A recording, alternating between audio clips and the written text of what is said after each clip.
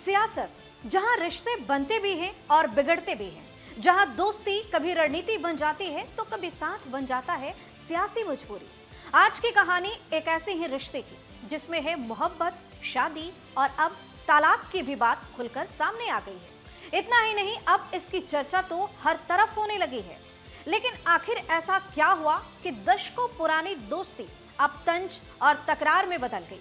इस रिपोर्ट में आपको बताएंगे मोहब्बत, शादी और तलाक वाली कहानी। नमस्कार, आप देख रहे हैं अनकोट और मैं हूं आपके साथ दिव्या सिंह।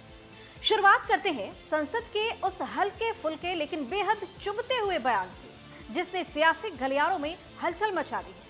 दरअसल राज्यसभा में विदाई के दौरान कांग्रेस अध्यक्ष मल्लिकार्जुन खड़गे ने पूर्व प्रधानमंत्री एचडी देवेगौड़ा के साथ अपने पुराने रिश्ते को याद करते हुए मजाकिया अंदाज में कुछ ऐसा कहा जिसकी चर्चा अब हर तरफ होने लगी है। खड़गे ने कहा कि वो मोहब्बत हमारे साथ किए लेकिन शादी मोदी जी के साथ कर लिए। अब ये बात भले ही मजाक में कही गई हो, लेकिन इसका जवाब आया है और ऐसा कि पूरी कहानी ही बदल गई है। शायद ऐसे जवाब की उम्मीद कांग्रेस की तरफ से नहीं की गई। गौर करने वाली बात यह है कि एचडी देवेगौड़ा ने सोशल मीडिया पर इस बयान का करारा जवाब दिया और जवाब भी उसी शादी वाली भाषा में। उनका कहना है कि अगर मुझे उसी भाषा में जवाब देना हो तो मैं कहूंगा कि मैं कांग्रेस के साथ एक जबरदस्ती की शादी में था और मुझे उस रिश्ते से तलाक लेना पड़ा।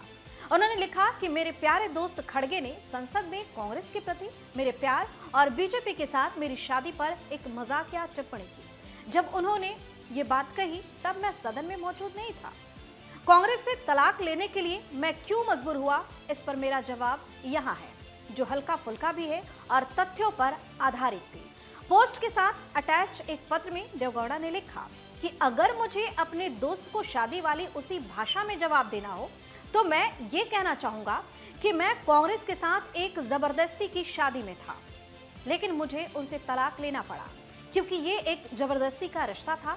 इसके साथ ही देवेगौड़ा ने याद दिलाया कि कैसे उन्होंने खड़गे को मुख्यमंत्री बनाने की वकालत भी की थी। हालांकि कांग्रेस नेता गुलाम नबी आजाद ने एचडी कुमारस्वामी के नेतृत्व पर जोर दिया।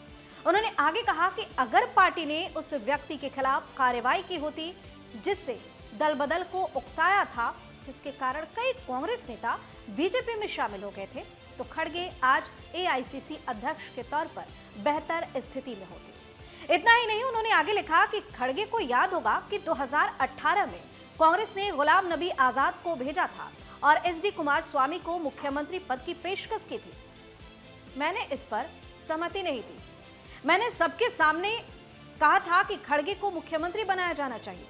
सिद्धार्थ मैया भी वहां मौजूद थे। हालांकि आजाद ने कुमारस्वामी के नेतृत्व पर जोर दिया, लेकिन इतनी सारी धूमधाम और शादी ब्याह के बाद 2019 में उन्होंने क्या किया? उन्होंने हमें धोखा दिया। कांग्रेस के कितने विधायक बीजेपी में चले गए और उन्हें किसने भेजा, ये सबको पता है। अगर कांग्रेस ने उस दिन दल बदल भड़काने वाले व्यक्ति के खिलाफ कड़ी कार्रवाई की होती तो आज मेरे दोस्त खड़गे एआईसीसी अध्यक्ष के तौर पर बेहतर स्थिति में होते। उन्होंने आगे कहा, मैं स्पष्ट रूप से कहना चाहता हूं कि मैंने कांग्रेस गठबंधन नहीं छोड़ा, वे ही दूर चले गए।